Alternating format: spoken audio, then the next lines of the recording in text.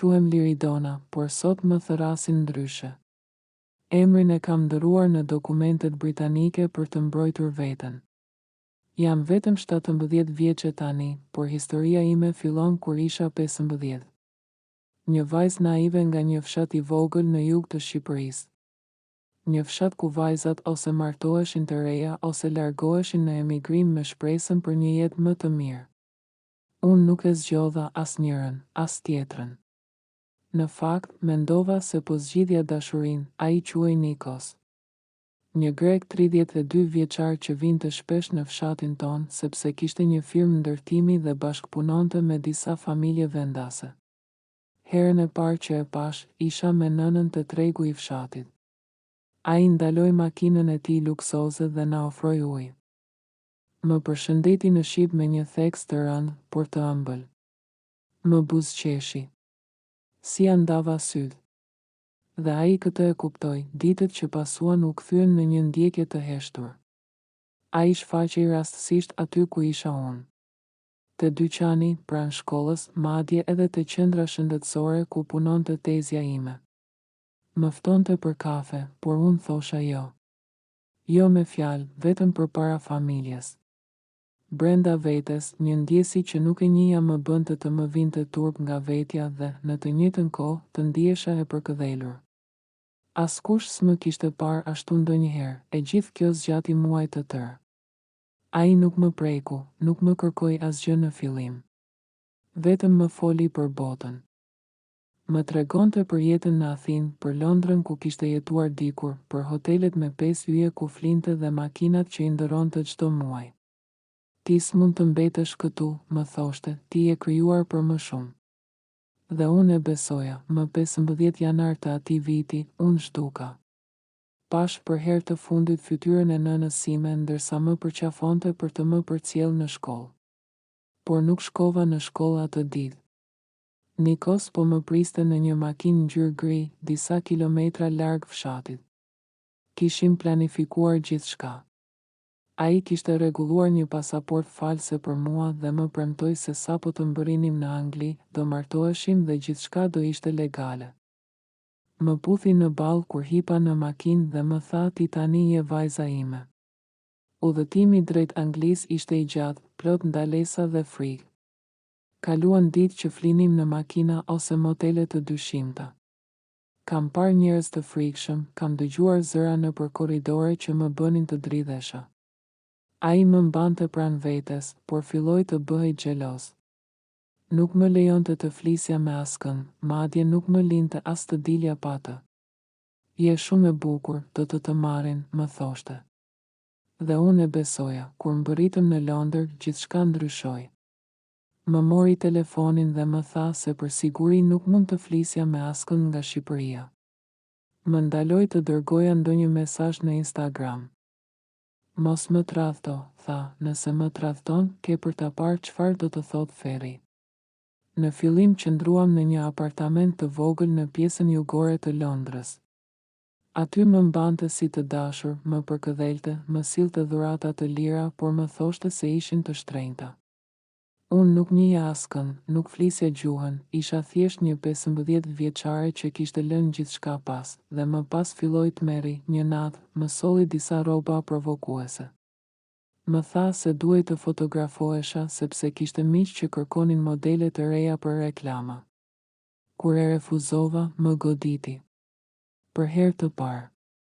Dhe e bëri në mënyrë që të mos më linin shenja në fytyrë. Më tha, ti tani je prona ime. Nuk ke as emër, as vend tjetër. Pa mua, ti si askush. Dhe unë heshta. Nga frika, ditët kalonin dhe ai më zhyte gjithnjë e më shumë në një jetë që nuk e njihja. Më bënte presion psikologjik, më izolonte, më ndalonte ushimin nëse nuk bindesha. Më shiste një iluzion dashurie që tani më dukej si një kafaz, dhe në atë kafaz më rritën dhimbjet dhe mbjet menstruacionet, malli për mamin. Dhe shtatzënia, po, mbeta shtatzën. Kur i tregova, më tha, do e heqim. Nuk ka vend për fëmijë tani. Dhe unë nuk pata asnjë fjalë. U zvarrita nëpër klinikë të huaj ku nuk më shikonin në sy. Në ditën që abortova, ai doli për darkë me një mik. Më la vetë në shtëpi, pa asnjë kujdes. Dhe unë, për herë të parë, kuptova se nuk isha më njeri. Një ditë, ndërsa ai ishte në dush, gjeta telefonin e tij. Ishte i koduar, por pata fat, kishte harruar ta mbyll. Dërgova një mesazh te një llogari Instagram që kisha ruajtur në mendje, një mikesh e vjetër e fshatit. I shkrova, jam Liridona. Jam në Angli. Më ndihmo. Dhe kaq. Ai hyri në dhomë dhe unë hodha telefonin poshtë divanin. Më zbuloj më vonë atë natë. Më rahu aq keq sa më la me të çara në trup dhe pa ndjenja për disa orë. Por ajo vajza që mora guximin t'i shkruaja, nuk e injoroj. Kontaktoj një organizatë britanike për të mitur të zhdukura. Dhe aty nisi shpresa. Pas disa ditësh, një grua u shfaq para derës. Ishte shqiptare. U prezantua si punonjëse sociale. Ajo tha se kishte një raport për abuzim të një të miture. Nikos u përpoq të fshihej, por ajo ishte e vendosur. Erdhi me policin ditën tjetër. Dhe më morën, u gjenda në një strej për vajza të trafikuara. Aty, për herë të parë, fjeta e qetë.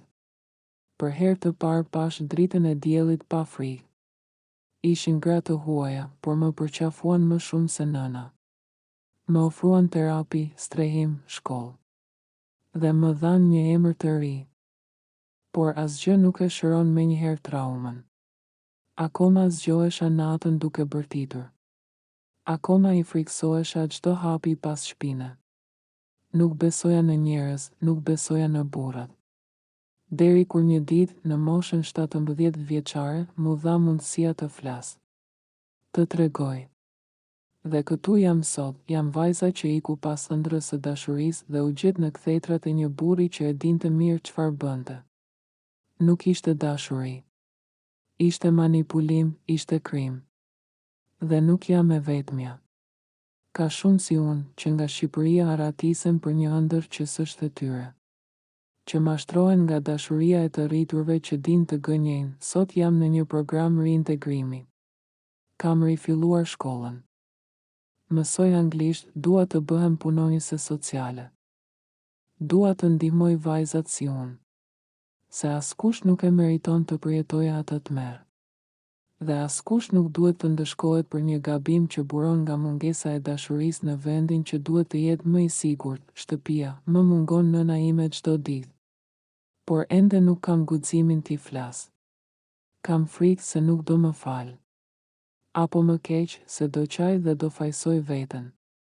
Por e di një gjë, do vi një ditë që do i shpjegoj gjithçka. Do i tregoj se jam gjallë.